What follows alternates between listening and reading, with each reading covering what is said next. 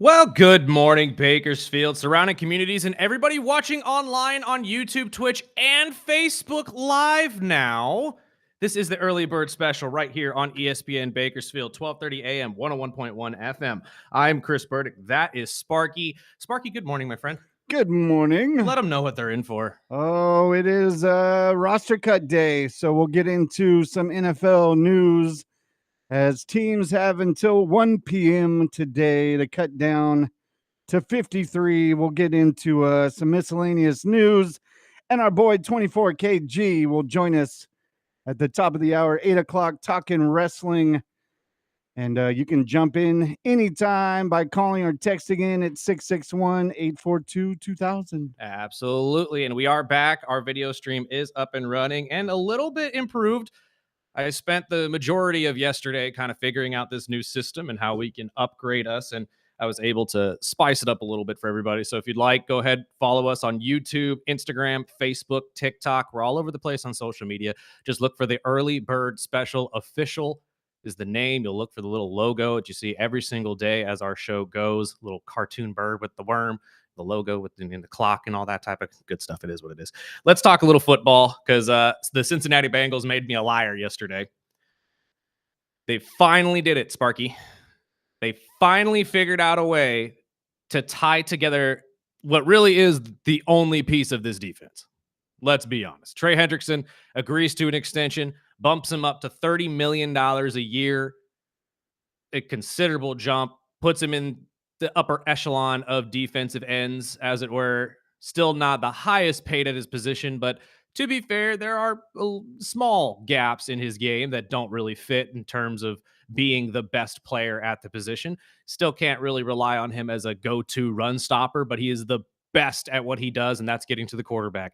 And honestly, if you're the Cincinnati Bengals, letting teams drop 40 on you during preseason, I think that's all you really needed to see. Don't you agree? I mean, at this point, what was the only option for them other than giving in and signing Trey Hendrickson to the money he wanted? I'm glad they did it. I didn't think they were going to pull the trigger, but Well, I mean, we talked about it yesterday. now he's the sixth highest edge player. But I mean, his name is in the mix. It definitely should be in the top 10, and I'm kind of surprised. I am too. I'm not gonna lie. There were two major things that happened yesterday that I honestly did not see coming, and we'll get to the other one here after the break. But this one, I mean, you guys heard me yesterday. I mean, we made a promo out of it. As soon as Terry McLaurin got his money, Sparky's first question: who's next? Personally, I thought it was going to be Cam Hayward.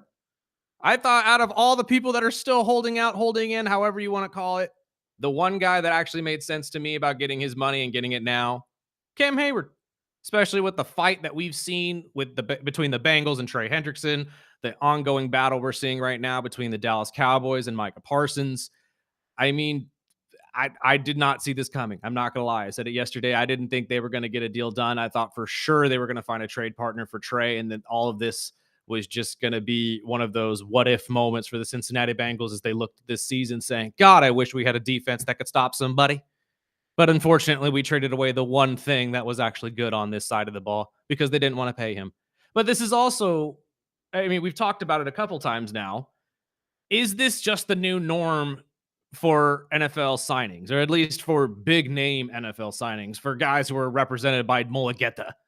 Because, I mean, God only knows that man can pull ridiculous amounts of money from everybody. At this point, though, I think it is. I think that's the only thing you could really chalk this up to. This is just the new wave of contract negotiations. It's going to go down like this with all of your favorite players. For me, with being an Atlanta Falcons fan, Drake London, Bijan Robinson, all these guys, when their contracts are up, I expect this kind of treatment because that's just exactly what we've seen. The player wants a new contract. Front office says, well, we're going to lowball you. So the player says, well, then I'm going to hold out and I want to trade right now.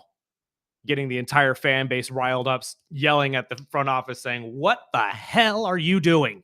Sign the man. And then eventually they get their money. But is that a healthy way to really go about this? Are we really taking because I'm just going to point it out. This is the Jerry Jones approach.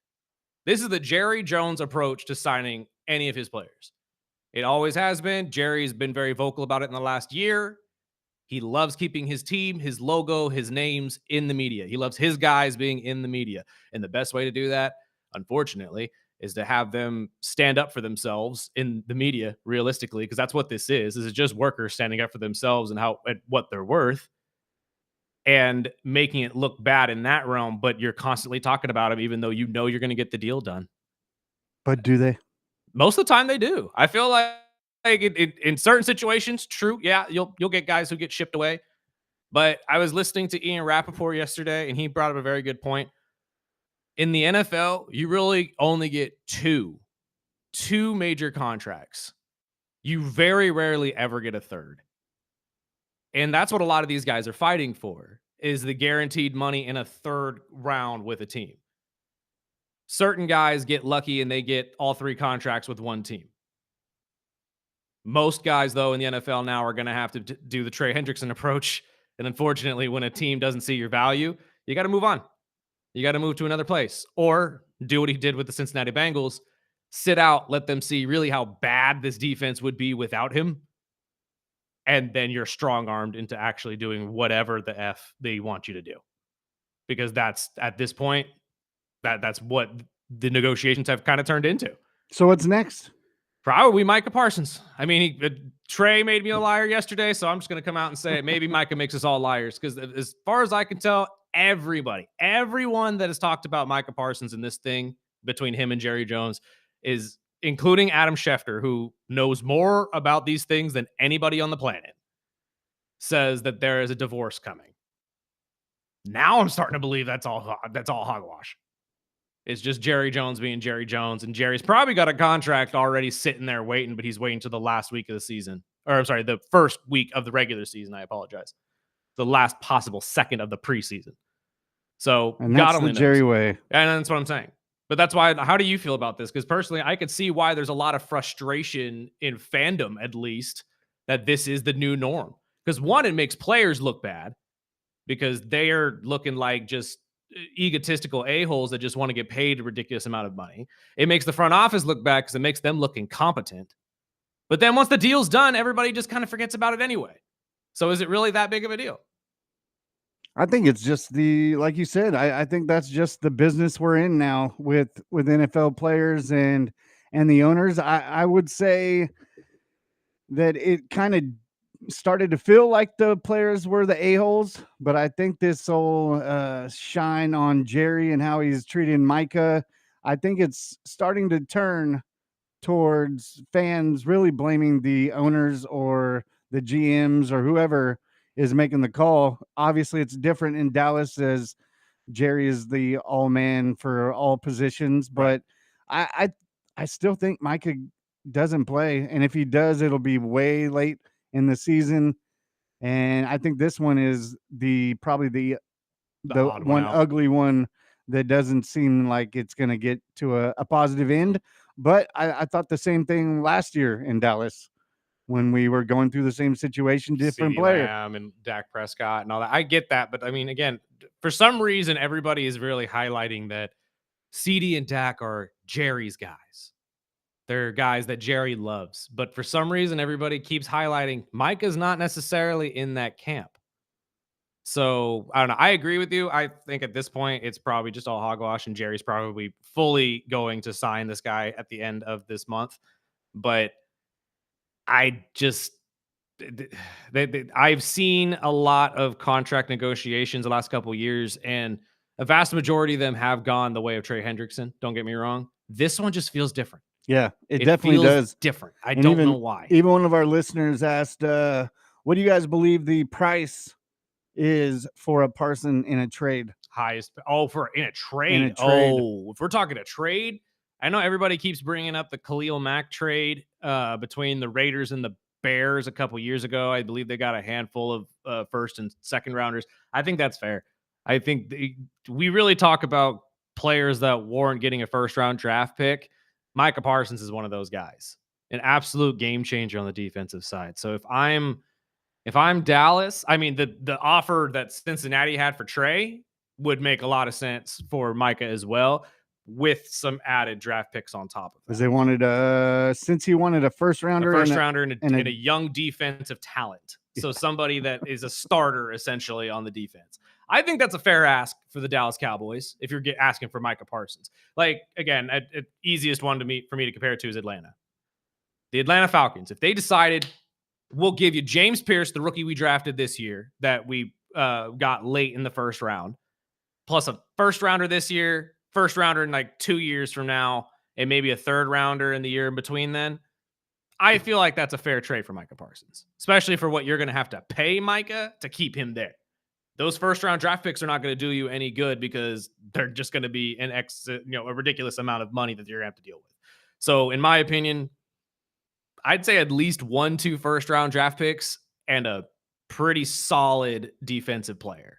At I can see least Atlanta jumping in the mix. I hope they do. I hope so too. We've had, for some reason, someone put some bad juju in New Orleans around Atlanta to have no pass rush since the John Abraham days. I don't know what it is, but we have not been able to put that together. And if you put a guy like Micah Parsons on the defense and you can't figure that out, okay, now I have genuine questions of who's running the defense. And I still think New England is going to be in the mix. I think so too. If it happens, I know New England's came out and said that they're shopping and So are the Raiders. They'll shop draft picks, they'll shop this and that.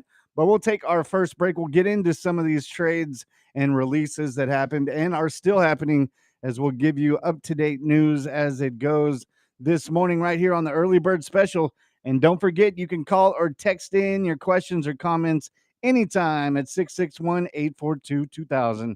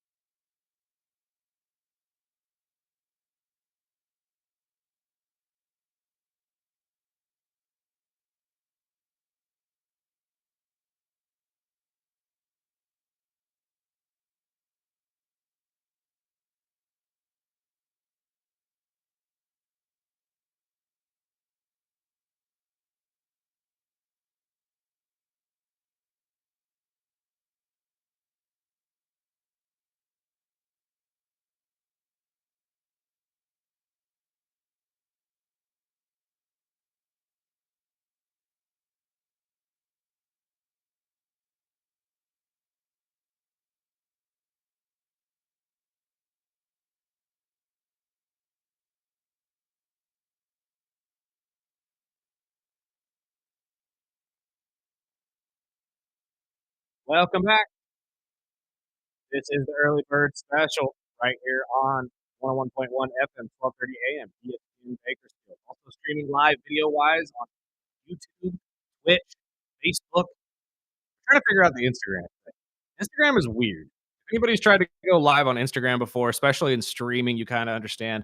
They really ride this vertical video thing, just like TikTok does. And if you are not dead center of your shot, it really I mean, kinda you're takes watching away my the my whole neck. point. Exactly. Well, really, you wouldn't even see your neck. You'd probably see the right side of me and the left side of you. Nice. So you probably wouldn't see much. But we are live on Facebook. We are live on YouTube and Twitch, as we usually are every single day, and we'll continue to do so. Let's move on to the next big topic of the day, though, especially in the world of football. The Raiders have made a decision in their wide receiver room. Jacoby Myers wanted a extension. For some reason, the Raiders don't want to give it to him. I don't see why. He's been your most consistent wide receiver in the last couple years. And when you've needed a guy to step up, Jacoby's usually the guy that steps up. Now, the one thing against Jacoby Myers, and he had this issue with the New England Patriots as well, for some reason, he can't get in the end zone. That's the one thing about his game. He will catch every ball between the 5-yard line on one side and the 5-yard line on the other. But in those end zones, it usually goes to somebody else. So the Raiders have decided to make a decision and took a page out of the book of their rival, the LA Chargers, in getting back with their ex. They signed Amari Cooper to a year deal. How do you feel about this, Sparky? I mean, Amari Cooper, arguably the best years we saw of him was a Raider. So do you think that it is potentially going to happen again? Nope. No chance? No. I mean, he's not Amari Cooper that they drafted. I will say he's getting up there with age, and what we saw with Cleveland and Buffalo.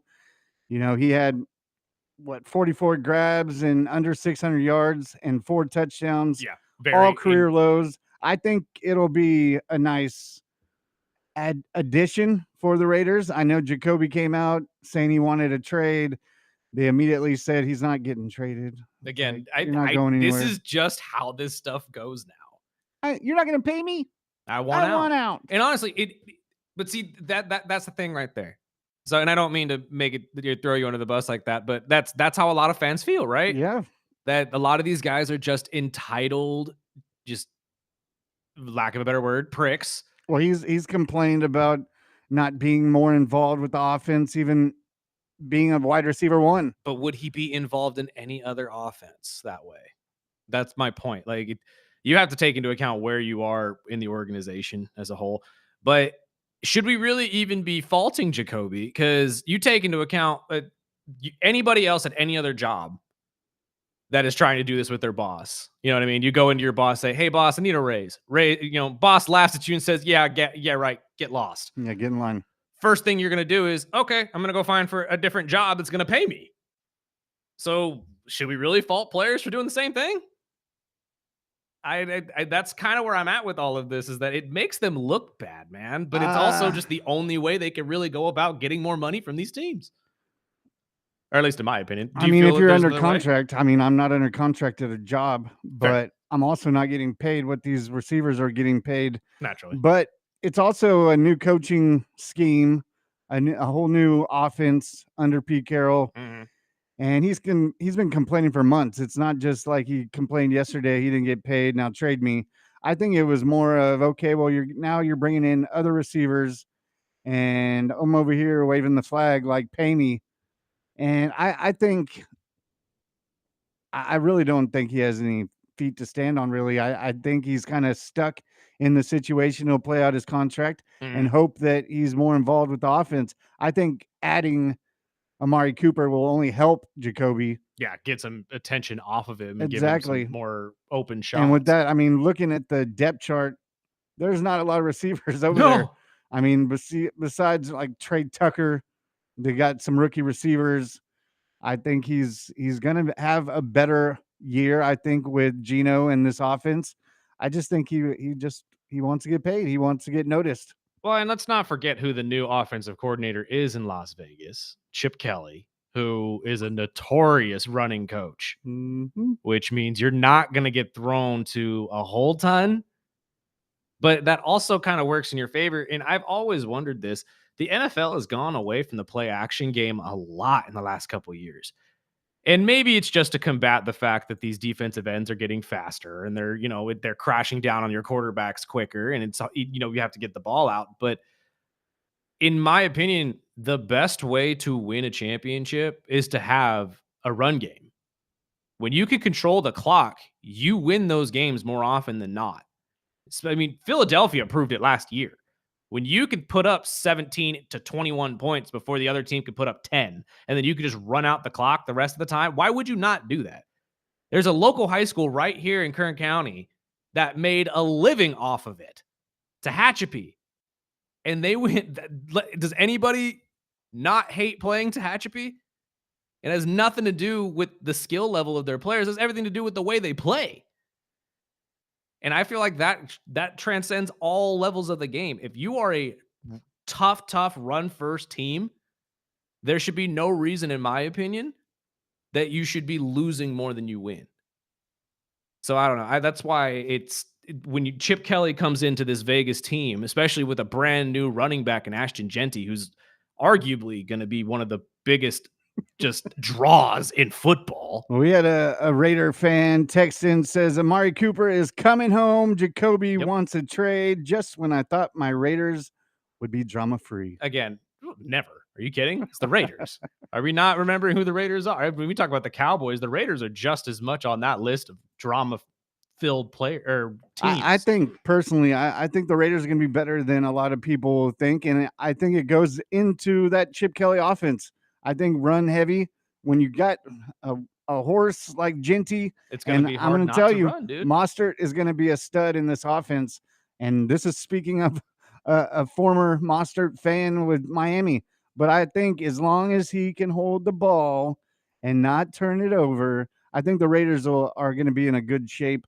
I just don't know if Jacoby really fits in that package. If Jacoby fits it, or maybe Amari Cooper is the Band-Aid that Jacoby needed to maybe play receiver 2 and get a lot more targets. That's possible. But again, when you're running more than you're going to be passing, it's going to be really hard to get that ball out to receivers. Exactly. And when you have a talent in Amari Cooper, I'm pretty sure Gino's going to be target. Well, really not. We're not even talking about the best receiver on the field when it comes to the Raiders, to be honest, because we all forget about Brock Bowers. No. Brock Bowers, arguably third best tight end in football right now in his second year, could potentially jump to first if he has any kind of a great season. I'm thinking first after this year. So when you're really sitting there thinking about it, does Jacoby really have a leg? Like you said, does he have a leg to stand on? I don't think he does, because you look at the way the offense is moving and where would you go that's going to give you the same opportunity? Well, you'd think you'd want to be, you'd be happier. Now that you got Pooper over here, you got Bowers, and that running back room is going to be insane. But I mean, they're like we said when we talked about our fantasy picks. I think the Raiders are going to be a lot better than a lot of people are giving them credit to, and I really think that they're going to be a better team than the Chargers. Yes, I said it. But I'm taking the Raiders over the Chargers, and I think it's really going to be Denver and Kansas City fighting for that West. But we'll see. I mean, again, we talked about it with Tyson yesterday. I think the West is competitive. I think it's as competitive as it's ever been. People saying it's the toughest division is insane. No. Again, you are one of, sure. Yeah. But until any division could sit there and tell me all 4 of their teams are playoff contenders, you really can't tell me you're better than the There's North. Always that wild horse. There's always that crazy team that we didn't expect. And I'm going to use this just because it goes off of teams like Houston that we've been talking about. You think this Mixon being out for the first month or so is really going to hurt this team? Not as much as you would think, because they have a lot of talent in the running back room. We got Chubb and Pierce. Exactly. And both of those guys are, former starters. Both of them are kind of fighting for a job at this point. I think Chubb is obviously with the injury issues. Pierce just continues to get overlooked. I don't know. Like, he's just got some bad luck in terms of the team he's playing on currently. I think he could be a starter if he was on a different squad. So I think Houston's in a good spot in terms of the run game. Especially if we have Chubb of old. Exactly. And I'm not going to come out expecting that because obviously what we saw in the second half of last year when he came back from the major injury wasn't exactly, promising. But at the same time, he was playing for Cleveland with one of the worst offensive lines Cleveland's had in quite some time. They even traded away some of their best players on that offensive line that year. So it's not exactly a good sample size. I think that Nick could have a great bounce back year with the Houston Texans this year, but I think that that's going to come with playing hand in hand with Joe Mixon. I think having a guy like Joe Mixon carry the load with you just makes you a better running back. I mean, we talked about it. We were just talking about it with the Raiders and the receiving core, just as much as having a great, side receiver with Amari Cooper. I'm not going to say he's the number one receiver just yet, but having a guy like Amari Cooper come in and take a lot of that attention off of you would open up lanes for you. Having a running back that plays with you, that plays a completely different style than you, leaves the defense wondering, what are we going to get? Because when Joe Mixon's on the field, you're expecting him to run circles around you. When Nick Chubb is on the field, you're expecting him to run over you. And the defense hates having to adjust and make those adjustments on the fly like that, especially in the run game. So I think that the Texans are going to be fine. Although, yeah, it sucks that your number one running back is going to be out for the first month and a half. Although, fantasy football fans out there, Joe Mixon's going to be falling in your drafts because no one's going to want to touch him. Mhm. And I'm going to tell you right now, there's not a lot of better fantasy football running backs than Joe Mixon. Yeah, that's a steal if you can get him. Oh, 100%. So, But you got to be like we said, we've got to get your running backs because you're gonna have to get through the first 4 to 6 weeks without him. you know what's funny? Because we've been talking and harping on that so much, I actually found a story on The Athletic talking about a strategy in drafting in fantasy football called the zero running back strategy, where you don't draft a running back for the first 60 picks. You're out of your mind. Oh, absolutely out of mind. But I was reading in on it. I would love to share it later if we get into it, because there are some actual, there's some key factors in this that could bounce back and actually help you. Although I would never do this. Well, I It's just want to hear wild it. to So me. let's take a break. I'll run down a list of players that were released this morning or late last night. Yep. Catch you up before you get into your office. And I want to hear this strategy from Burdick right after the break. We are the early bird special.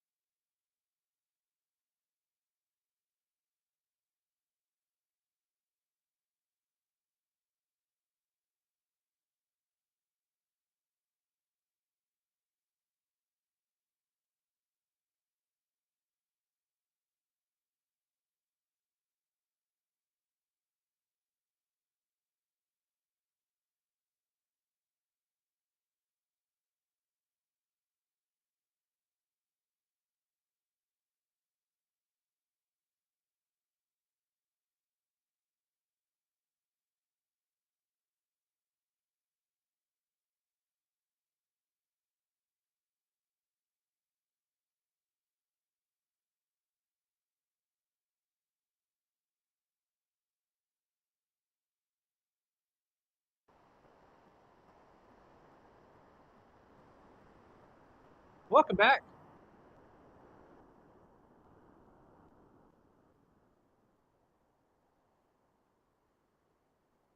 Can't step on Amy. I'm with sorry. the NFL teams cutting down to 53 on their roster by 1 p.m. today. Some notable names, and I don't know why, but the Lions fans are making a big deal about them dropping Hendon Hooker.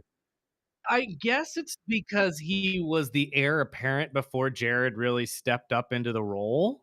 I mean, they drafted him a couple years ago out of Tennessee, and he did have a lot of talent at Tennessee, but again, we never saw it. We never saw it on an NFL field. So I agree with you. Like him losing out on the second string spot and getting dropped isn't necessarily a huge deal, in my opinion. Well, he's had a rough preseason. Yeah. 3 interceptions, 2 fumbles, couldn't get in the end zone. I'm not Get, surprised. no, not surprising at all. It's much like the Shiloh Sanders situation. I mean, as much as you love to root for these guys, these are the guys on Hard Knocks that you love to see in front of the camera because they're very charismatic and personality driven, and the TV loves them. Yeah, TV loves them. that's what gets Hard Knocks. But you're in the wrong sport. You should be in wrestling. I'm being genuine. If Shiloh Sanders, I'm telling you right now, brother, if it don't work for you in football for some reason, don't go to Canada. Don't sell yourself like that. Go to the WWE. Go to the WWE. I'm not even joking about that at all. Shiloh could be a fantastic superstar. Could you imagine one of the Sanders boys being a wrestler? No, We talk about the Paul brothers. Dude. I don't want to see that. Oh, I would love to see that. We got one Shiloh that I'm waiting for. Oh, so. Shiloh is so good. Sidebar too, because we haven't talked about it. I was going to bring it up with him when he got in here. We have to take a little bit of a break in our wrestling analytics Good to luck. go up our own LF or to talk about the LFG situation. Well, I'm so far behind. So Are you really? Yeah. Oh, dude, you're killing me. You're killing me. Your boy's actually doing well too. That's why I'm like, what the heck, man? Well, the some other players, Falcons released Kobe Bryant. Browns released Deontay Johnson, which is not as big of a surprise because considering how many receivers they have over there. The Giants releasing DeVito, not as big Not of a surprising. shock. It kind of goes with the Hooker deal. And immediately when I read the headline, I'm like, well, at least he's still living with his parents. He's got plenty of money now, but and he's a god in New York. If he ever leaves, I'd be surprised. At this point, though, I think Tommy DeVito's a little bit different than Hooker just because Tommy got a shot. Yes. Tommy played. And honestly, Tommy didn't look terrible. But when you look at what the quarterback room is now in New York, you can't compete with 3 starting quarterbacks, essentially. Yeah, this is Jameis Winston, Russell Wilson, and now Jackson Dart, who looks like he's probably going to take that job at some point. I took him in my dynasty way late for $1. I'm like, this might be a long-term deal. No, absolutely. The Packers released Isaiah Simmons this morning, and the Dolphins. Yes, I'll bring up my Dolphins. Naturally, I'm happy. They did sign Rasul Douglas this morning to a 1-year deal. Finally, they took until the last damn week before. But the one thing that scratched my head was we don't have a kicker. Jason Sanders is on the pup 4 to 6 weeks with a hip injury, and they haven't signed a kicker yet. So I have him in my dynasty. I went immediately, dropped him, and picked up a spotlight. I picked up that Washington. Mm-hmm. A lot of people don't know who he is, not yet, but he's the number 3 receiver in Miami, and I think he's going to benefit with Waddle and Tyreek, and he seems to have a Tua target. He loves Tua, and Tua worked him in the preseason. But aside from all those, are those any real big surprises? No, not at all. I was just thinking that before we came out of the break that there really hasn't been a drop that I was like, oh my Lord, I can't believe he's gone. Well, I guess biggest one that pops up into my head is Lionel Collins, the lineman from Dallas yesterday. I think that was the biggest shock, but he's a talent that'll probably get picked up pretty quickly. I think, especially with teams like Atlanta, who now are down 2 right tackles, and with that being the most pivotal spot on the field right now for them, because Penix is a left-handed thrower. So now your entire offensive line just switched. It's all left. Undrafted. Yeah, it makes a lot of sense to me that somebody's going to pick him up quickly. But no, it seems like everybody that got dropped, Snoop Huntley, we talked about, was probably just a camp body for the Cleveland Browns. Well, speaking of I Cleveland, mean, we didn't mention Kenny Pickett Kenny Pickett getting traded to trading the over to the Raiders, Raiders, like we which figured. you called yesterday.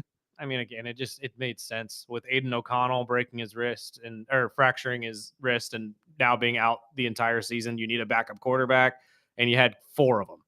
So it didn't make sense to me. I said it yesterday. No NFL roster has 4 quarterbacks. Yeah. Let's stop pretending like that was ever going to be a thing. You got Pickett for a 5th rounder, which is good. Honestly, I think that's a fair trade. I think for a backup quarterback, that a 4th, 5th rounder is pretty dang high. Pickett, So, originally a 2022 first round pick, becomes just the 2nd quarterback in the past 30 years to be traded at least 3 times within his first 4 seasons. Carson being the other one, I'm assuming. Yep. Yeah. We're going to see a lot more of that too. And a guy that I've been keeping an eye on just because he was the biggest rookie ever, 464 pounds. Yes. Desmond Watson. Well, he is the heaviest player in NFL history, and Tampa, picked him up as an undrafted rookie. They told him he needed to drop 30, 40 pounds before he could hit the field, which you would think you would tell him that before you signed him. But they released him, never even got to hit the practice field. In a world where Ozempic exists, right? You can't drop 30 pounds. Hit a Bluka.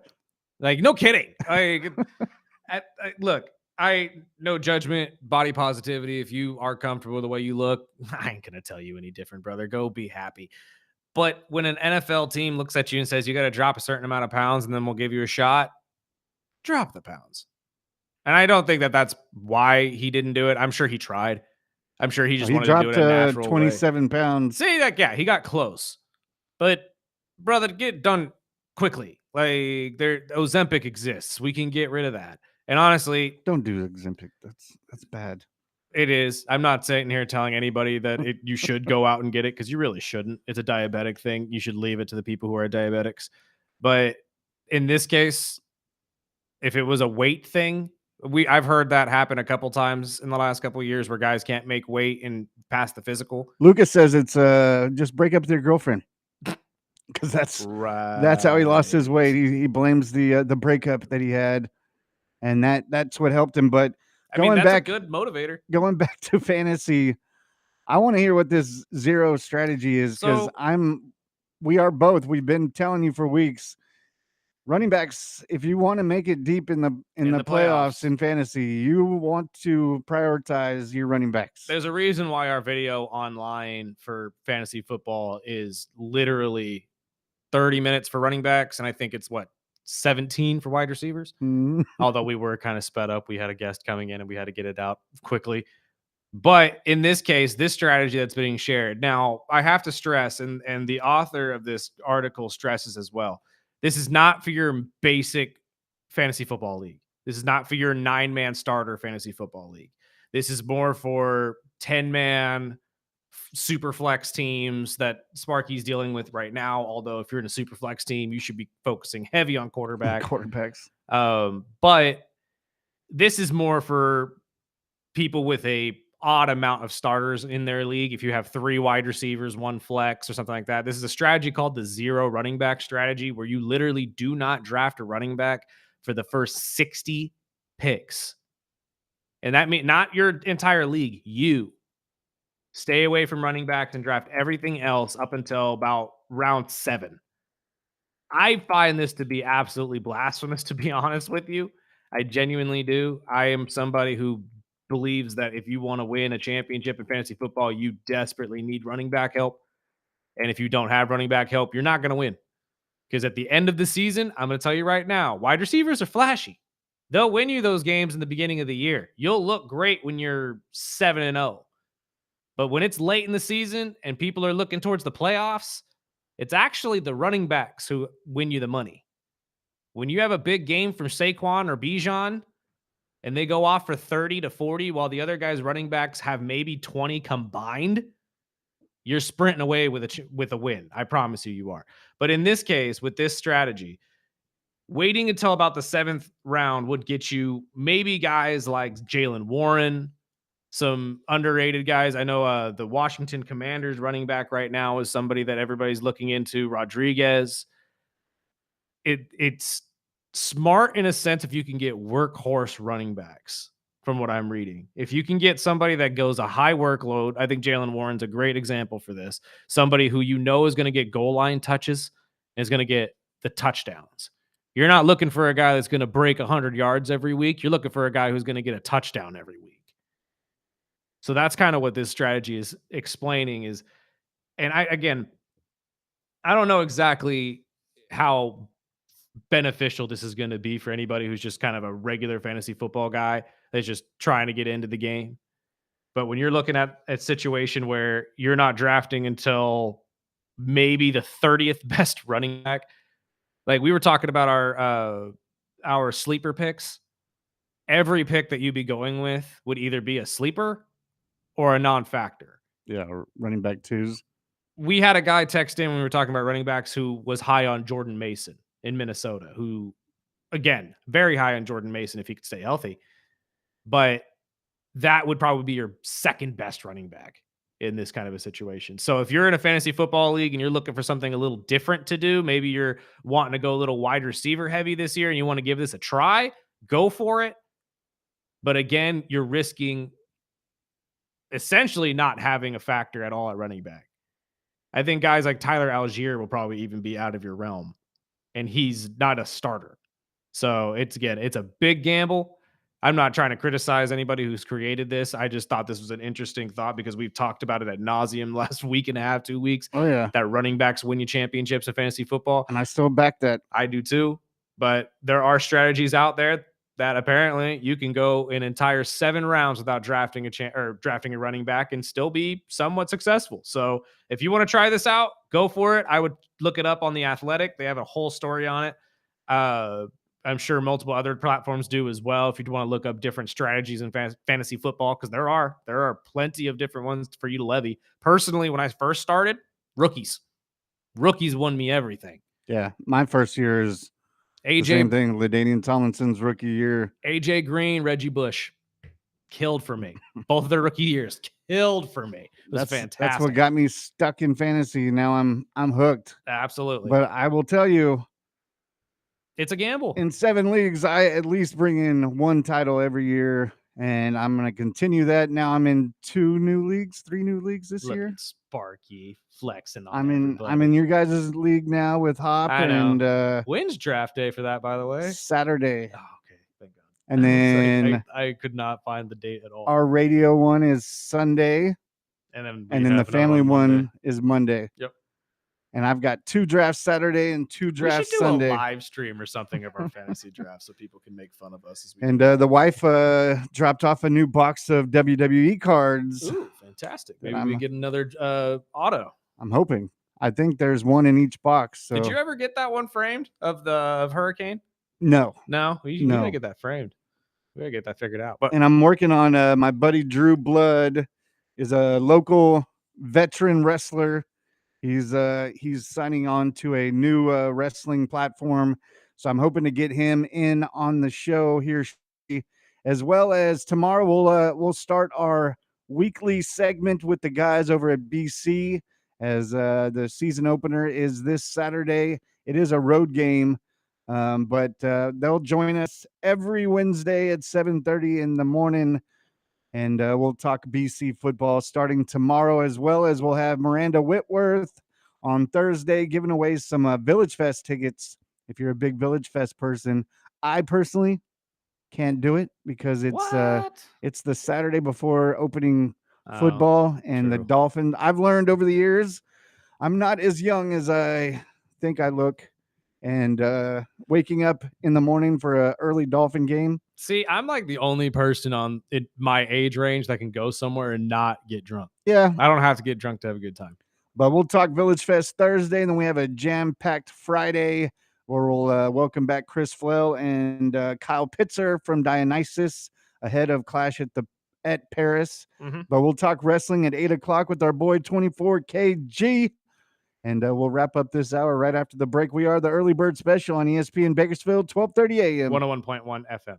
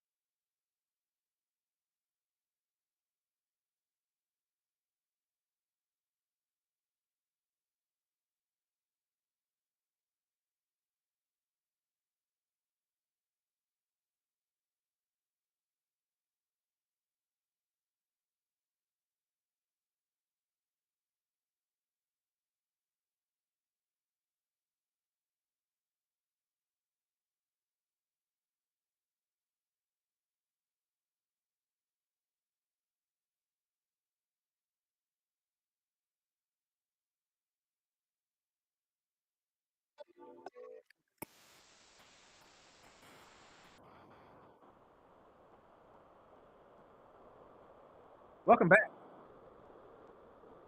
This is the Early Bird Special right here on 101.1 FM, 12:30 a.m. ESPN Bakersfield. Also streaming live video-wise on YouTube, Twitch, and Facebook. Just search for the Early Bird Special. I mean, you might as well pump it up on meta platforms while we can until they actually, throw us off again like they always do. Well, we had a text saying Bowers is my number one tight end. Who are the other two you are thinking that is better than Bowers? Kittle and Kelsey. Until I am proven otherwise, those are two Hall of Famers right there. I mean, if you're going into the draft and you're thinking tight ends, I think you're right. I think those are the top three that guys I would reach. I wouldn't put them in an order just because. No. Well, we've seen them in. No, if we're talking fantasy football, no. Brock Bowers. Yeah. Full disclosure. Sorry, spoiler warning for Friday. Brock Bowers is my number one tight end. Yeah. Like there is no other guy that has the production that Brock Bowers has. And again, with the Raiders having so little in terms of targets, now gaining one, I grant you, still going to get a lot thrown his way. Yep. So, and I think Kittle has the injury problem, which is why I'm always skeptical. But if he's there around 5'6", yes, always will pick him up. Kelsey, the same thing. Yeah. Well, Kelsey now with his just recline and play is really what's causing me to say, maybe not. And I think they're going to force the ball to Kelsey this year. And I think you kind of have to now. I think he's got to get back into the groove. But if Kelsey plays anywhere near how he played last year, I'm not touching it. And I'm telling you right now, the trade away with Sky Moore from the Chiefs to the Niners, that's the Chiefs in a subtle way saying, we're this close to giving up on all of you. Yes. That is the one guy they drafted. Rashee Rice is probably the only one whose job is safe, which is crazy to say because he's the one in legal trouble. Everybody else, Hollywood Brown. I picked up Hollywood Brown in the last round. I can't. I don't trust Hollywood Brown. I don't trust him, but I was still surprised. He is really dangerously close, to me at least, to being a one-hit wonder. He had that 1 year, and I haven't seen anything since. And you've had great quarterbacks. You can't sit there and tell me you haven't. So a guy that plays with Lamar and Patrick, Mahomes, and you can't figure it out. I wanted to bring up this story to wrap up the hour, but Ohio State has reportedly banned the Barstool Sports founder. They did? They banned Portnoy? They banned Portnoy. Why? So he can't enter the stadium for the season opener against Texas, despite he is scheduled to be on the big noon kickoff with Fox. Come on. But it says the allegations to his relationship with Michigan and his trolling of Ohio State, they're just not going to put up with him. I knew that was going to be the reason. I was like, please tell me they have like a valid legal reason why Portnoy can't be there. But no, of course, it just boils down to fandom and rivalry and them saying, no, we're not letting a Wolverine on our campus. So what's wrong with supposedly you? he's going to do it from out front, but they're not allowing him. And I'm sure he'll make a joke out of it. And you know what? He will. Their sports broadcasts have actually been very entertaining to watch too. Great. I love Barstool Sports and just what they've kind of become too, because they silently have really kind of mimicked a lot of these moves that you see from maybe like from the WWE and stuff like that with ESPN. They're kind of doing the same thing in their own way, merging with a lot of these sports organizations, and it's working out for him. I mean, he's a great host. He really is. And he's a great presence. The pizza reviews are great online. I love the best ones to me are the ones that the guys try to come out and just be rude as all hell to him. And it's like, dude, I don't know if you're doing that as a bit, but that's not exactly great for your business. But again, Ohio State going to the extent of banning him just because he's a Wolverine, that's wild. They don't do that to Desmond Howard. No. You can't sit there and tell me that, well, I guess Desmond doesn't troll them to the extent that Portnoy does, though. I don't know. What do you guys think? 661-842-2000. Let us know what you guys think about all of this. Should Portnoy actually be banned? This is a little bit overboard. But again, that's college football, baby. That's what I talked about yesterday. Ain't nothing like it. Ain't nothing on the planet like college football. We got to take a break. On the other side, we're going to talk all things wrestling with our guy 24kg right here on 101.1 FM, 1230 AM, ESPN Bakersfield. And again, don't forget, go watch us live on YouTube and Twitch as well.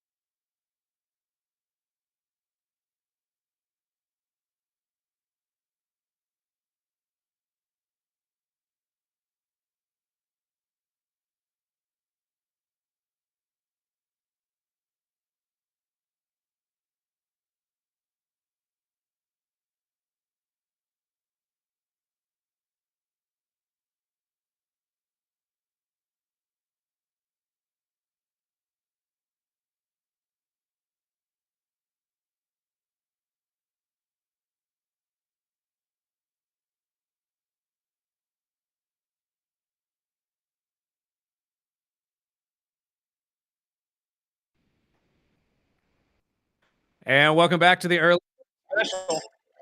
Yeah. Let's just clear this up before we get started. I am not a Broncos fan. for those watching in the stream. Just because I got this orange on, I like it. Thank you, but I'm not He's pulling been up. insulted once already today. Yeah, He So doesn't you're not wanna a talk. Dolphins fan. No, I'm not a Broncos fan. Screw the Broncos. Thank I you was very thinking much. Dolphins. Thank you very much. Oh Thank my you. God. Thank you very much. I'm a Niner, but still, nonetheless. And I'm not a big AJ Styles fan, but his entrance, dude, Yeah. it's just a dope I'm beat. glad they went back to this Yeah, song. Real same. quick, before we get going, our guy 24kg is in the building. That's Hey. obviously you're hearing on the other side of the microphone as well. What you can find on what station? Hits 93.1. kicking it with KG. And DJs every weekend at. Yeah, man. Bakersfield, California. We're out here at Jerry's Pizza. We're out here at Riley's Tavern. We're out here at the Mint Bar. We're at the Padre Hotel. We're at a lot And of places. local artist, new album. Yes, man. In real life, IRL. We'll be available on digital platforms everywhere. And also catch us at Village Fest with our affiliate station, American General Media, Hot 94.1, ESPN, man. We're right here. Early bird special. We'll have Miranda here Thursday giving out some tickets. Yes, sir. We're quite busy. You know, we're quite busy. Trying to stay busy. That's the best part about it. We got to talk all things wrestling, though. We talking EO? You want to get to EO first? I got to give my girl some love. First of all, that Let's do it. flip that she does, I'm still amazed every time she does it.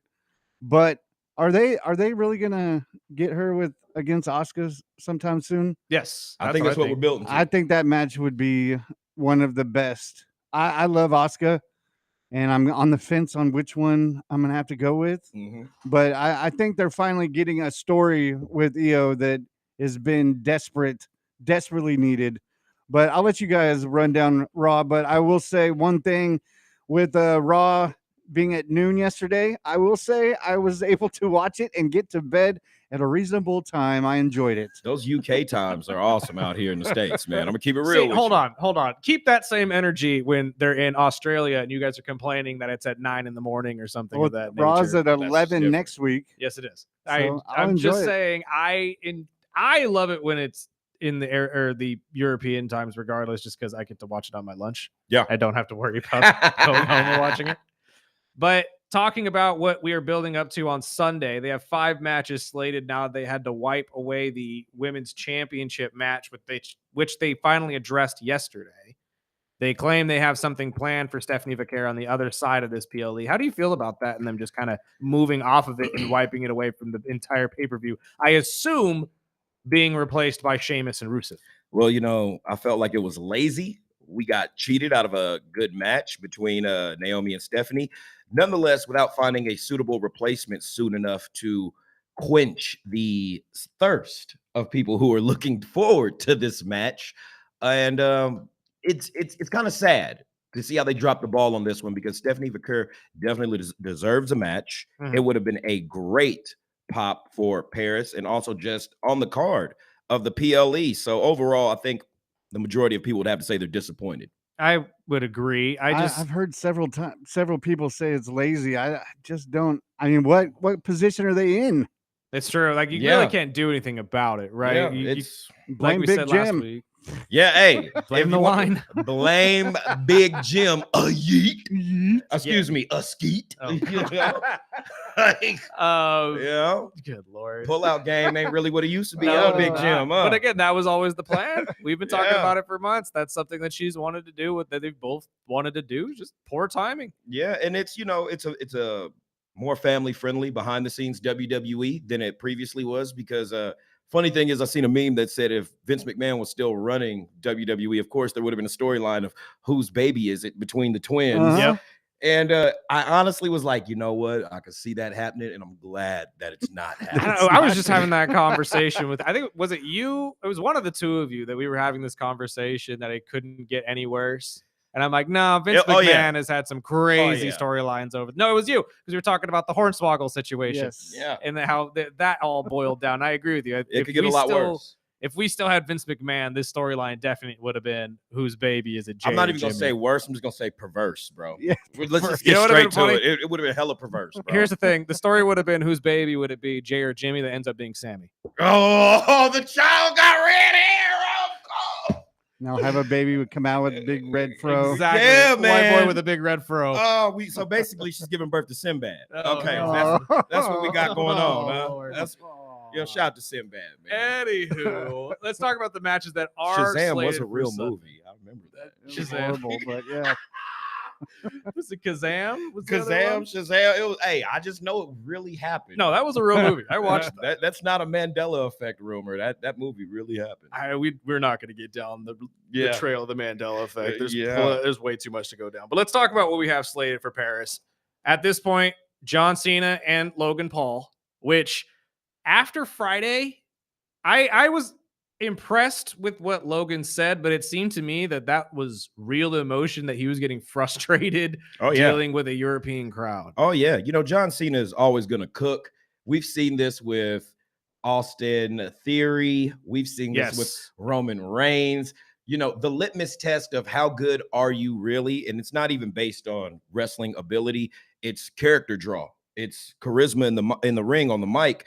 And John Cena will forever be one King of the of it. GOATs, if not the king of Nah, that. there's nobody that talked on a How mic many like people John. has John Cena rattled? Let's just shorten the list right now. Remember to when he shook The Rock. Okay, so on the mic, unless you're CM Punk, man, good luck. Good luck. And John really rattled his shorts, so to speak, and made some real good points. You know, you hustled and panhandled this saltwater drink on our product and slapped your logos everywhere. He said something that a lot of people really felt that are hardcore, like diehard wrestling fans. But overall, it gave Logan Paul an element of real villainy that can turn into him just earning John Cena's and the fans' respect. We already know the match is going to bang. We already know it's going to go from pillar to post, coast to coast. It's going to look good. And I think a ring general like Cena, even though he calls out his moves extra loud on camera, it's going to give Logan Paul more of that experience, because what did he say? He's like, you've had 23 matches in X amount of years versus 2,300 in 20 years. So that dumping of experience into Logan Paul through this match, I think is going to be good for his career. It's great for his image. And like you said, it's a great way to build him as the ultimate heel in this company. Because I feel like you could get Logan Paul the same amount of heat that Dominic Mysterio had after the whole Rey Mysterio thing and the Rhea cheating scandal thing. And at this point, though, I don't know if you could really put anybody in the ring across from John and expect him to look good, because John's just going to roast you. Yeah. And I'm glad you brought up Austin Theory, because that's the first thing that I thought of when this entire thing started. When Logan goes down this entire just emotional speech of how he deserves to be there and all of that, all I'm thinking is, God, this reminds me of Austin Theory. When Austin Theory was saying, I'm going to beat you just because I'm the guy now. And, Vince loves me, not you, essentially. And John gave him the same look and pretty much the same thought process of, you're either going to sink or swim, kid. Yeah. This is the biggest match of your life now. Yeah.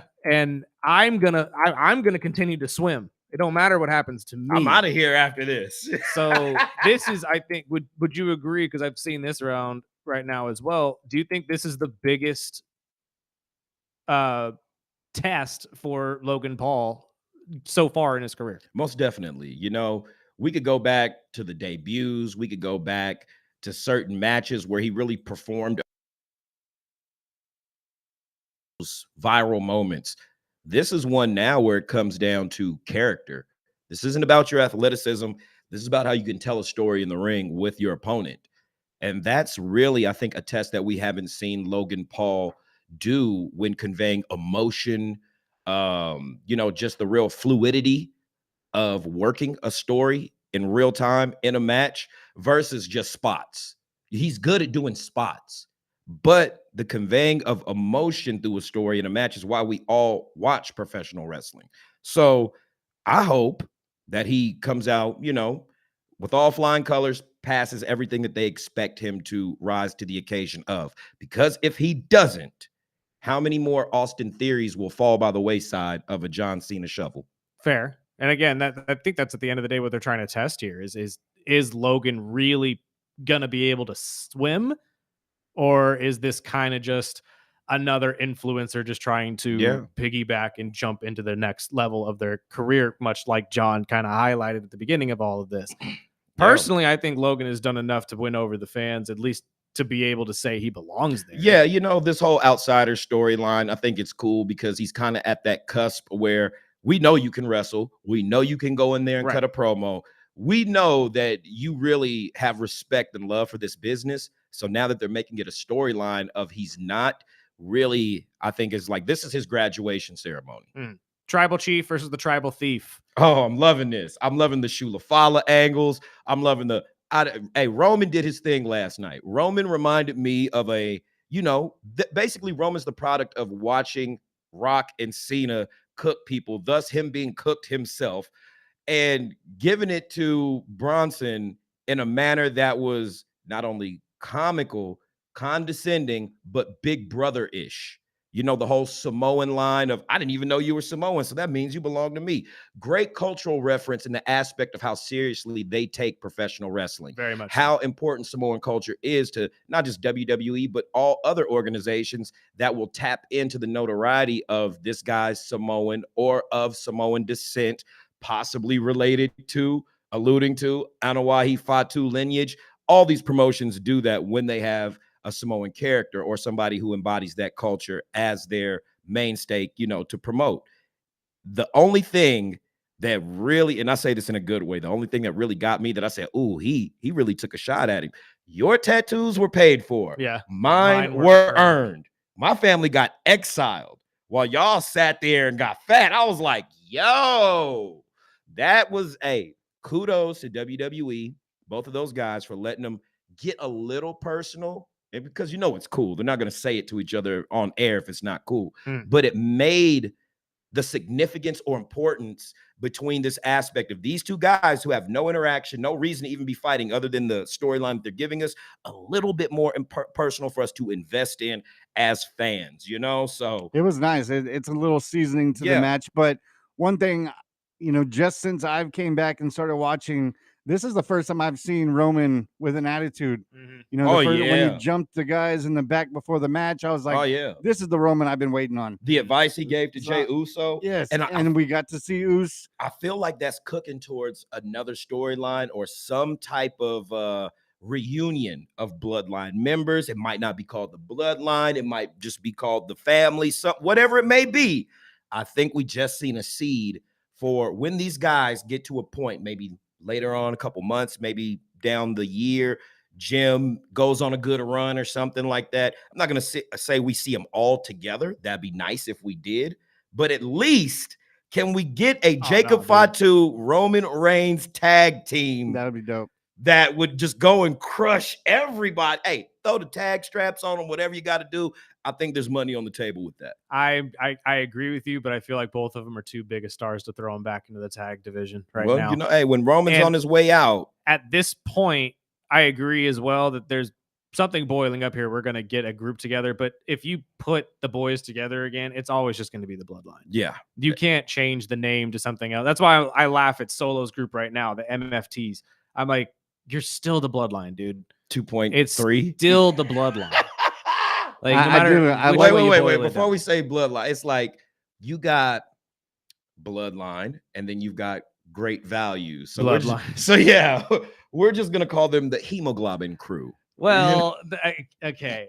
That's you know, we can't just call them copyright reasons. We just can't call them bloodline anymore, I don't know. Again, I still see the bloodline, but I feel like this is all just going to boil down to an Avengers like regrouping of the bloodline at some point. At this point, it's like 12 of them. Yeah, and there's more coming. I think it's like gremlins. You pour water on them, and they just keep multiplying. Who's to say Seth's group's not going to be the one they go after? Yeah, you know, it's a couple storylines on the table there with, and we're still awaiting the return of what's Tama Tonga? Yes. He still has yet to come back. So, you know, we've got pick a side. Yeah, we've got some aspects at play there. And before we get into deeper into the night, the Becky thing. Whoa, Lord.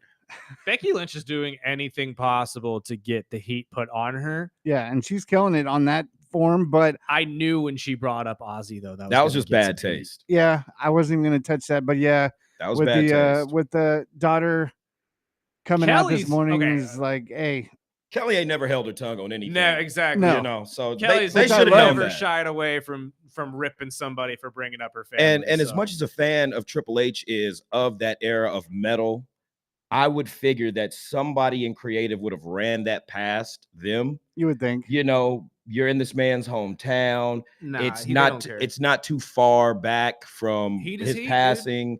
They're still holding memorial services. My thing is, yeah, they just arrested somebody last week for stealing stuff from the grave. Now, you know, my thing is, would y'all have said that or let it slide about a performer saying some crap like that about Hulk Hogan in Florida?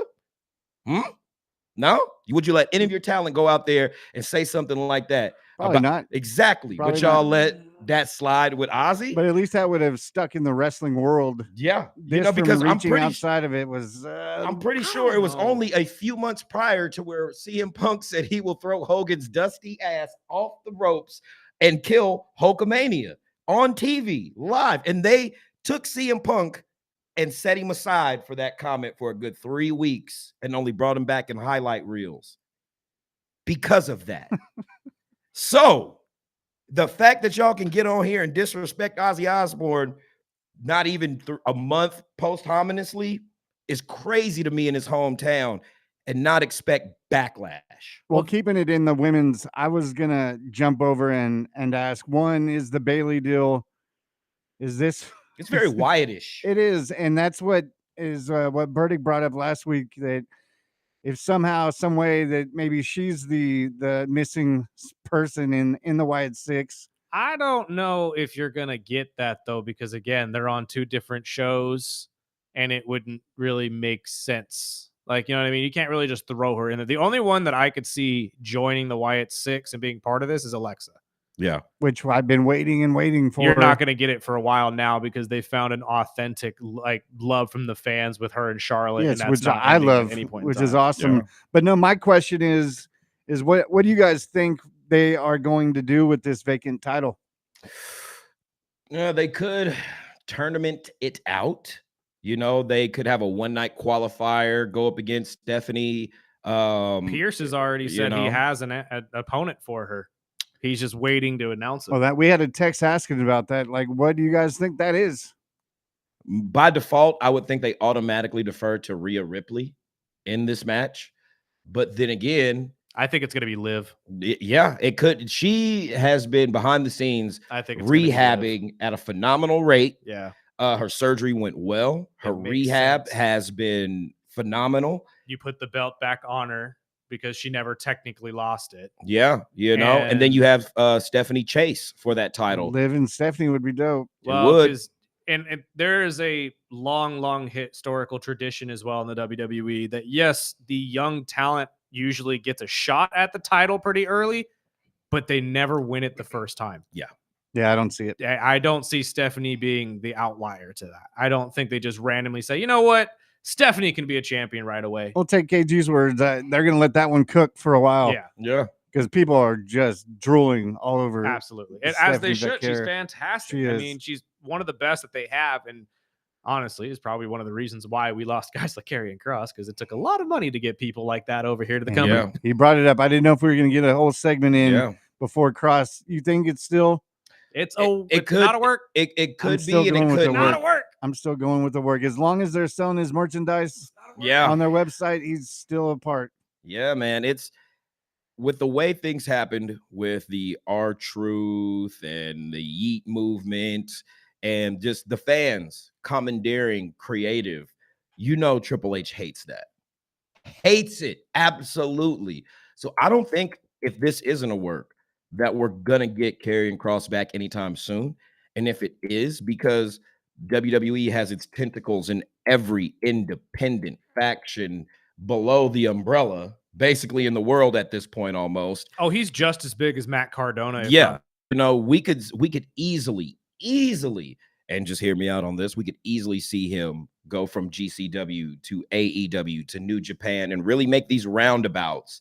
And minus the AEW, if he does, that's how we know it's not a work. If he ends up over there, that's how we know. Work. That's what I'm saying. AEW and New Japan, it is not a work. Yeah. So if he ends up in either one of those two, just even as an independent booking or just an appearance booking fee, then we know it's not. I say if he shows up at TNA, it's not a work.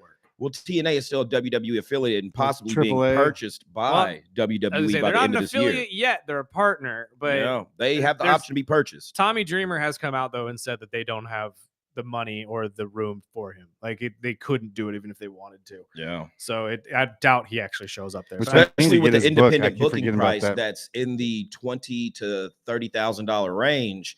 That's a lot. That's a lot for a one-nighter, and I don't think these independent federations are making $20,000, $30,000 a night at the gate. Say this is a work. Mm-hmm. Say all of this is a work. I don't believe it is a work. I think this is all real, and he's And for those of you who have no idea the terminology we're using, work is the term that they use inside the industry for they're working you. They're Part of the story. they're part of the story. All of this is a big part of the It's story. all on the script, folks. If this is a work, what do you think the end goal is for this? Because I'm gonna point out something that I've pointed out since the release. His merch now says he doesn't leave his people, quote unquote. Do you think that they're literally trying to recreate Indie God that Matt Cardona is? Because Why not? Shotzi's been down there claiming to be the Indie God since she got released as well.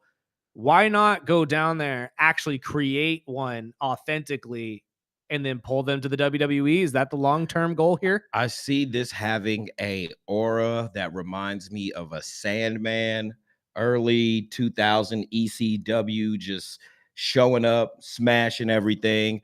But that's as an independent. If they bring him back, much like Paul Heyman said, this kind of has an essence of Stone Cold Steve Austin. And if you're trying to make somebody just a super, super over just guy, an indie guy, a hard sell, then Karrion Kross is the guy to do that with. If they're going to create their own indie king, that's the guy to do it with. So I don't see anybody else that really could be molded or has the momentum previously going into the situation that could come out of this on top, other than Karrion Kross. What do you think would be the whole reasoning for it, though? Because the only thing that I can think of is Triple H wants to take his guy, because Karrion was one of his guys. Budget fluctuations, maybe an experimental storyline. If this is a work, he'd still be getting somewhat paid by the company as well as Scarlett for doing all of this. And you would assume that he's doing all of this to, like I just said, create an indie god that he made. Do you think that this is just him, like in an egotistical kind of way, saying, I can make every level of wrestling look good with my guys? Every single one. Indie, AEW, WWE, does not matter. All of them are my guys that are my people, that my people grew and made, and that is what wrestling is today. Oh, most definitely, because that would solidify Triple H as one of the best promoters, like, of a generation.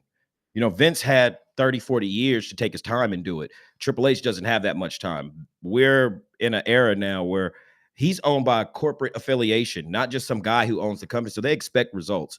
Nonetheless, to leave your blueprint and like just your mark on the industry and the time that you do have is so accelerated now at this point. Right. You have to move fast. And one thing that guy does not do is slouch or slack. You know, we may see him take a vacation in Greece with his family. Right. Well deserved, man.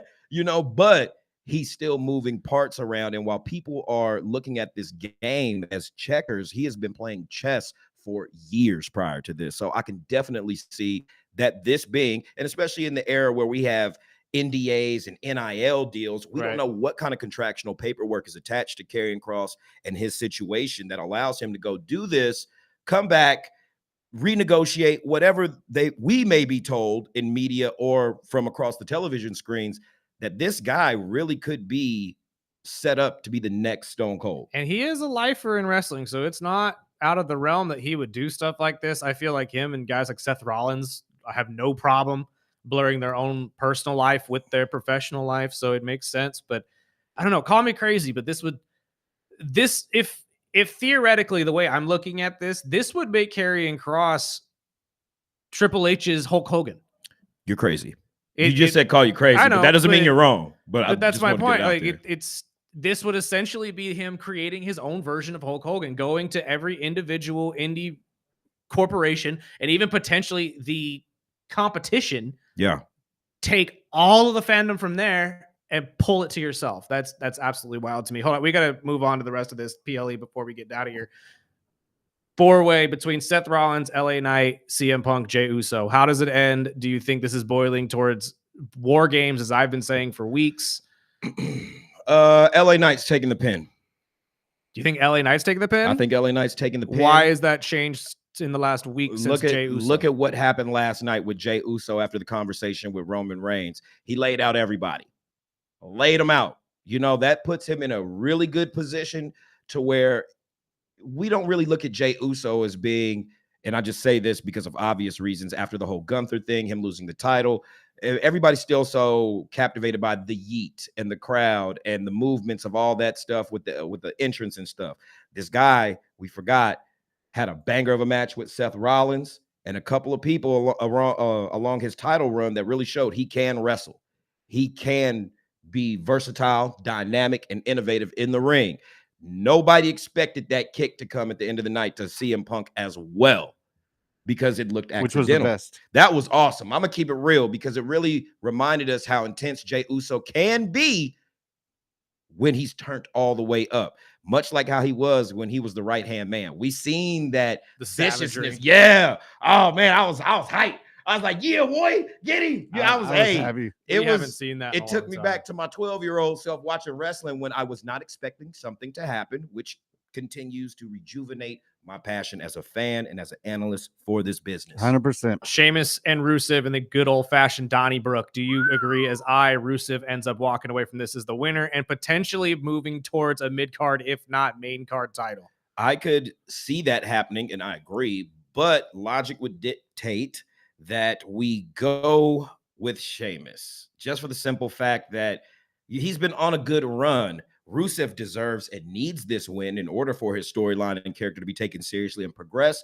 But hey, Sheamus is a Triple H guy. I still how need that goes. Rusev against John Cena at some point during That this I would have retirement taken match. that over Logan Paul. Dude, Yes. that is, in my opinion, one of John Cena's most underrated feuds. Yeah. Is him and Rusev. The long-term feuds between them were great. And then finally, to wrap it up, Nikki Bella versus Becky Lynch. Obviously, we're not expecting Nikki to take the belt off of Becky, but Waste how of do you time. see this ending? Do you think that there's going to be any kind of interference? Does Natty come out again and join in? Because you heard her on Busted Open that she doesn't believe that Becky Lynch deserves badass Natty Neidhart like we've been calling for. So what are your thoughts on this? I think it's a waste of time. It's a filler match. It's crap. It's wet cat crap. You step in when you're walking outside. And I think the match could still be a bang. Nah, unless they throw in some interference by Lyra Valkyria, maybe a debut of Becky's, schizo character.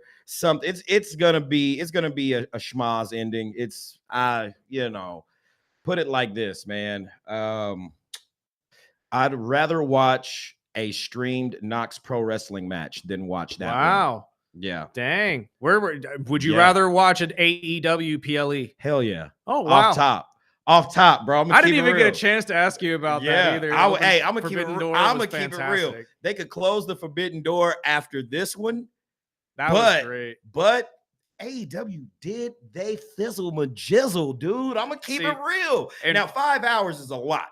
It's a lot, but they made some things happen that made me enjoy watching AEW, which isn't quite often or at all. Well, glad you say that, because hold that thought, because me and you are going to do a video here this weekend where we talk all about that in the updates. Oh yeah. Of AEW, oh man. We've had some listeners reach out saying they want more of that since we haven't done a state of AEW. And AEW is going through a growth and evolution right now. They just wrote off Swerve and Will Ospreay, who are two jewels of the company that draw ratings, that draw interest, that draw sales, and are really, taking it by the reins, so to speak, with AEW and their programming. Absolutely. Well, my friend, thank you so much for your time. As always, we will talk to you next week. And as I just said, look out for that video. It'll be coming very soon on our recent update on the state of AEW. It's been quite some time since me and KG have been able to sit down and talk about that. Yeah. But Forbidden Door over the weekend just had me going, and I have to talk about some of the stuff. It was a great pay-per-view. It was fantastic.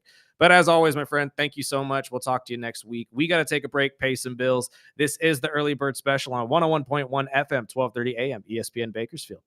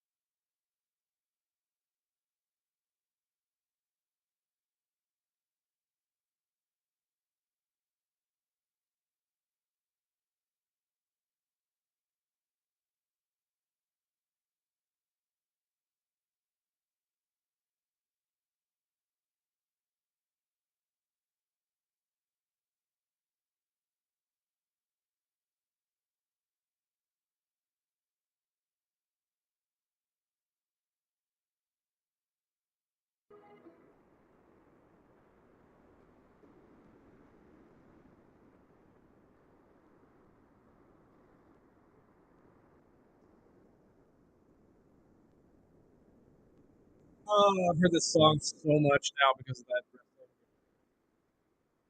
Swiftly become one of my most disliked Ozzy songs.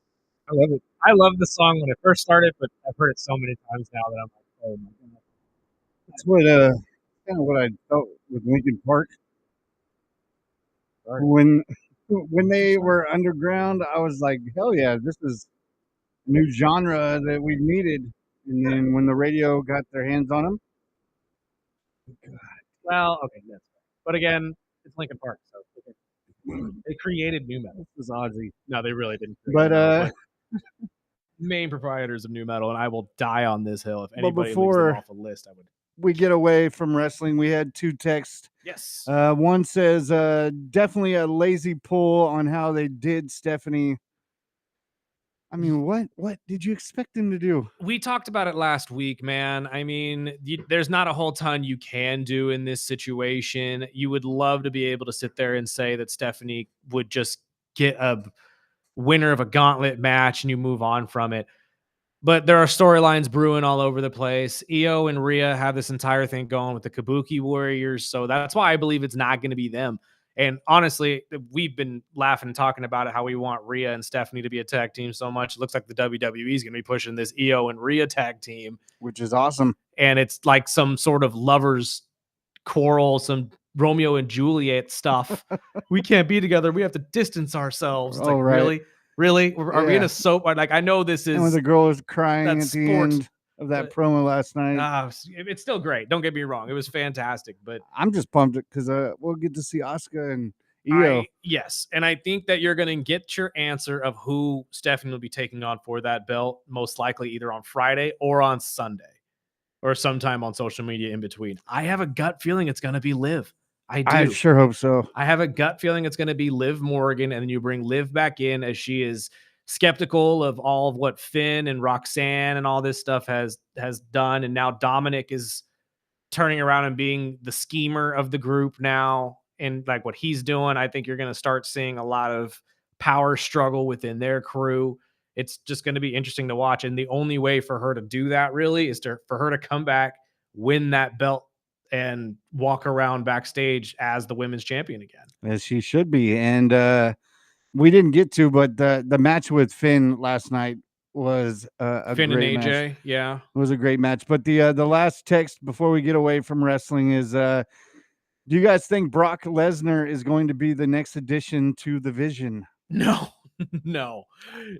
Although KG is still in the building and he has heard that one. That was funny. No, I do not believe Brock Lesnar is going to have anything to do with this faction. Brock Lesnar has not been a part of any faction in his time with the WWE, and that is on purpose. There is nobody outside of Paul Heyman that will ever partner with the Beast because the Beast is the Beast. He is. Yeah, I don't see it with his the own Vision, thing. but I could see him and Braun Yes, going No. with Heyman a bit. Brock Lesnar was brought back for one major reason, and that is to retire John Cena.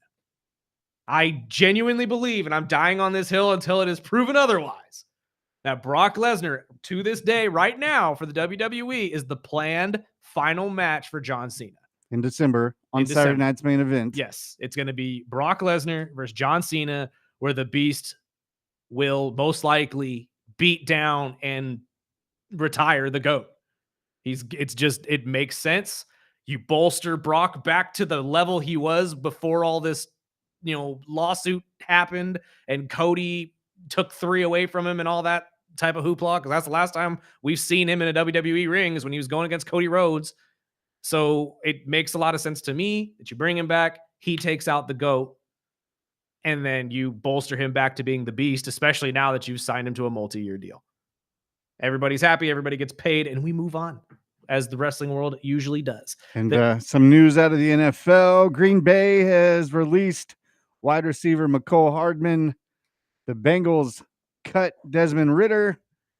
And the Titans place running back Spears on the IR. Oh, So he'll at least miss the 4 to 6 weeks to start out the season. well, I mean, that's an unfortunate start for the Tennessee Titans, as it usually has been. I think that they still have a good chance to turn around and have a decent amount of success this year. 9-8, I think, is their ceiling with this quarterback. Not in the future, I think they'll be great. But I think just him by himself with the team he's got, I think a 9-8 record would be respectable for the Titans this year. And Caitlin Clark and Nike teamed up. They announced they released the logo yesterday with the CC. It's just any type of money that they can bring into the WNBA. Look, man, and give them 24 hours before the line of players complaining. real question is how many of these women in the WNBA are going to be sporting the Caitlins? How many of them are actually going to buy the shoes and wear them? Because I'm being genuine about this. Because I wouldn't say much. That's like an underlining level of respect within basketball specifically. When you look at guys on the court and they're wearing shoes of an opposing player, I mean, we hear about all the time when guys were wearing Kobe's with Kobe right across from them. Like, there's a mental aspect that comes to that as well. But I'm going to tell you right now, I think there's going to be more than not. There's going to, like, in the next 2 to 3 years, not the Caitlin ones. There's going to be people that buy the Caitlin ones just to have them. Yeah. But in terms of wearing them on the court, I think by the Caitlin 4s, Caitlin 5s, we're going to be seeing a good amount of the WNBA players wearing those. I promise you. Like, and this entire thing about her is going to flip, and everybody's going to realize that's the moneymaker right there, along with Juju Watkins and Paige Buchers, to be honest with you. And to wrap up this segment, Venus. Did she win? She lost. Win? She lost. The U.S. Open. She fell in a 3-set thriller. I haven't been able to watch the U.S. Open very closely this year, and I'm disappointed. I mean, Madison Keys went down yesterday in a big upset too, and I was just talking good about American tennis, and I was texting just talking good in that last segment with Debbie. She's going to join us here in a couple days. Fantastic. Talk U.S. Open, but we'll wrap up this segment. We'll get to our final segment, preview Wednesday's show as we welcome in the voice of the Renegades, as we'll start our weekly segment with BC guys ahead of the season kickoff on Saturday, which you can hear on our sister station, Kern Radio. Absolutely. 96.1, 1180. And when we get back from break as well, I know I teased it in our description down below on YouTube if you're down there, but we'll get into this entire deal between Netflix and baseball, as you will see the 2026 World Baseball Classic in Japan live on Netflix next year. We'll get into it when we get back from the break, right here on 101.1 FM, 1230 AM, ESPN Bakersfield.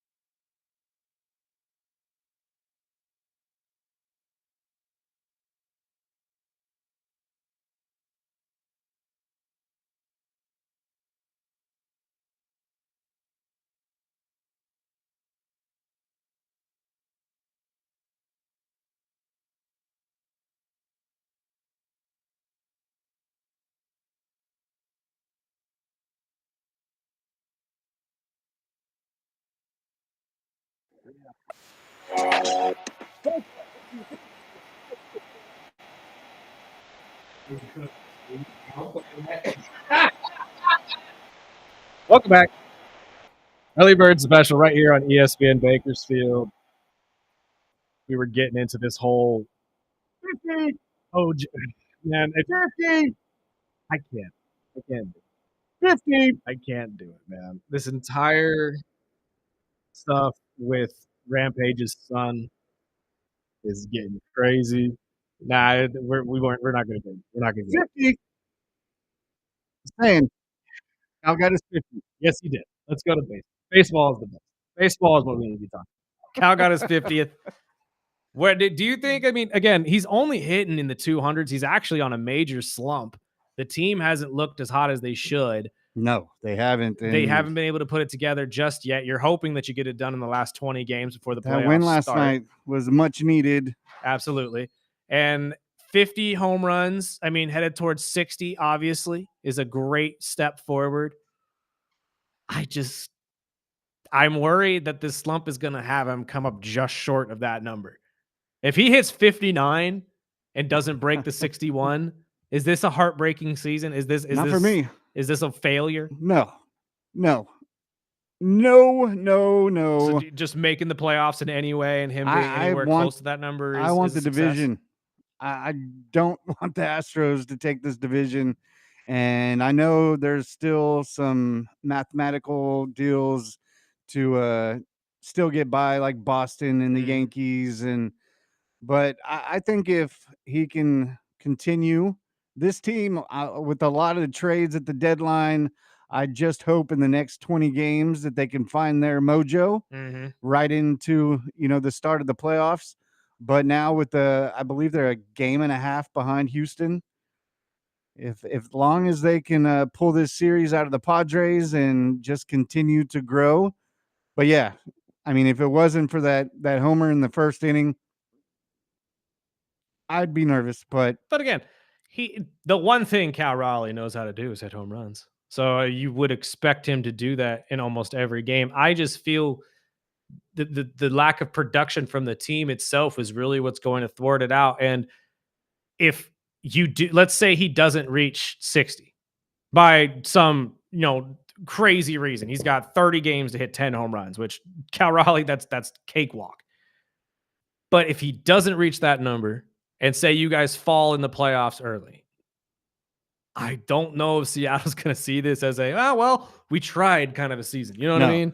Especially a team that isn't usually shopping. Yes, exactly. The fact that you guys are shopping makes me believe that you have this entire thought that we are wanting to win now. Yes. And if you can't do that now, it's a failure of a season. You know what I mean? So it's like I don't think this is a failure in a negative way. It's more of I think that'll be the failure is how deep they can get into the playoffs. Right. Not the home run count by Cal, which he's killing it. Obviously, he is now he is the second player in Mariners history. He joins Ken Griffey Jr. in the 50 home run group, and hopefully he gets into the 60s. But he's also the first player to ever hit at least 20 homers from each side of the plate, which I've said it the other day. I just hope it pays off, man. I stand on this statement. There is nothing more valuable in terms of a position player in baseball than a switch hitting catcher that can hit bombs. Not a single one. You can argue a pitcher like Paul Skeens, still say a switch hitting catcher is more valuable. A player like Shohei Ohtani obviously is maximizing that, but it just Cal with the season he's having. That's why, I mean, I've been hearing it all week, and I had to hear your thoughts on it. That's why we got into it yesterday of him potentially getting snubbed. Just the thought of that is baffling to me. I sure hope. But again, we're talking about the same thing on the NL right now with Kyle Schwarber. Yep. Schwarber might get snubbed just because Shohei Ohtani exists. Yes. And I think that one is more realistic. And that's wild to me. But it is what it is. I mean, the two of them have been fighting back and forth for the home run crown in the NL. And I do believe whoever owns that crown most likely will have the best chance at winning the MVP in the NL.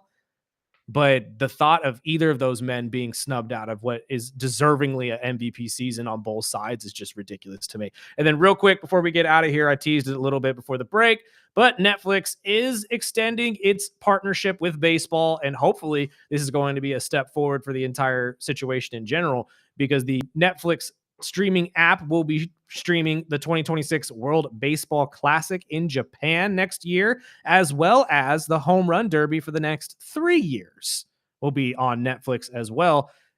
This is something that I think is necessary for baseball to continue to stay afloat in terms of competition and revenue. Every sport is headed towards a streaming service. Every single one. I think basketball has a great partnership with HBO right now, especially for the playoffs. I think the NFL really, you throw that on any streaming platform and everybody's going to go buy it.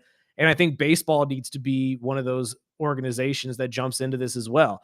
And with the World Baseball Classic kind of being the inaugural thing that goes on Netflix here, that's a great opener, because you not only get to show off the best that the MLB has, but you get to show off the best that the world has.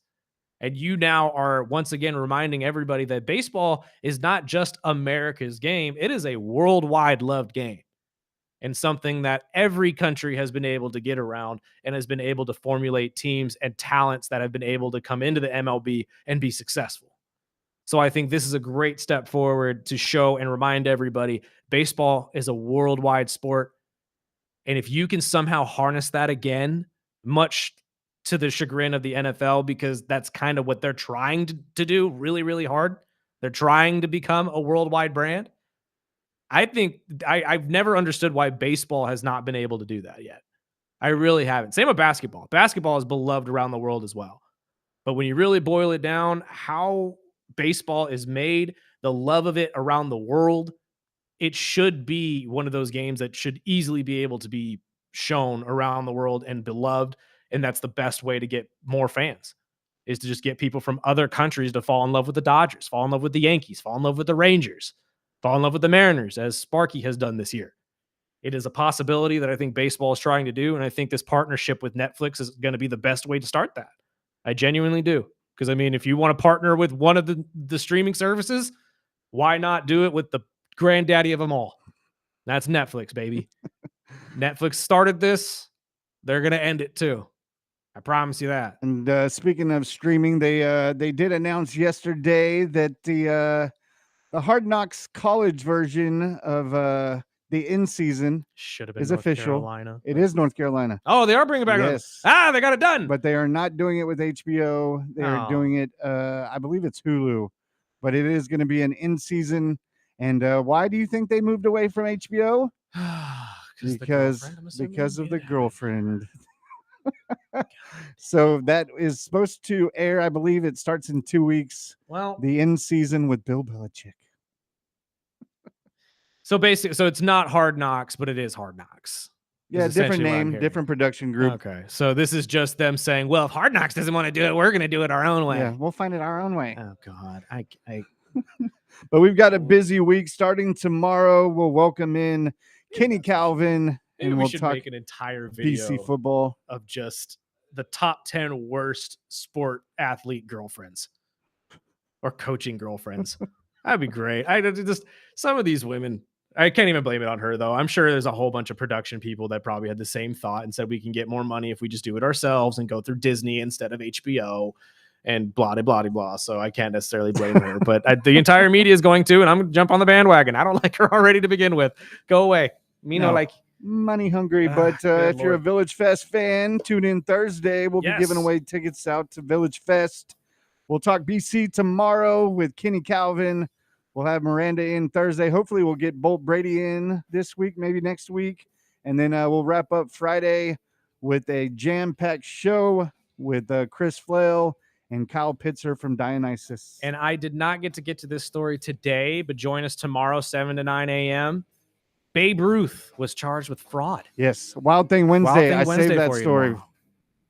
If you want to look it up for yourself, go for it. If not, hear it here tomorrow, 7 to 9 a.m., right here on the Early Bird Special, 101.1 FM, 12:30 a.m., ESPN Bakersfield. Also streaming live on YouTube, Facebook, and Twitch.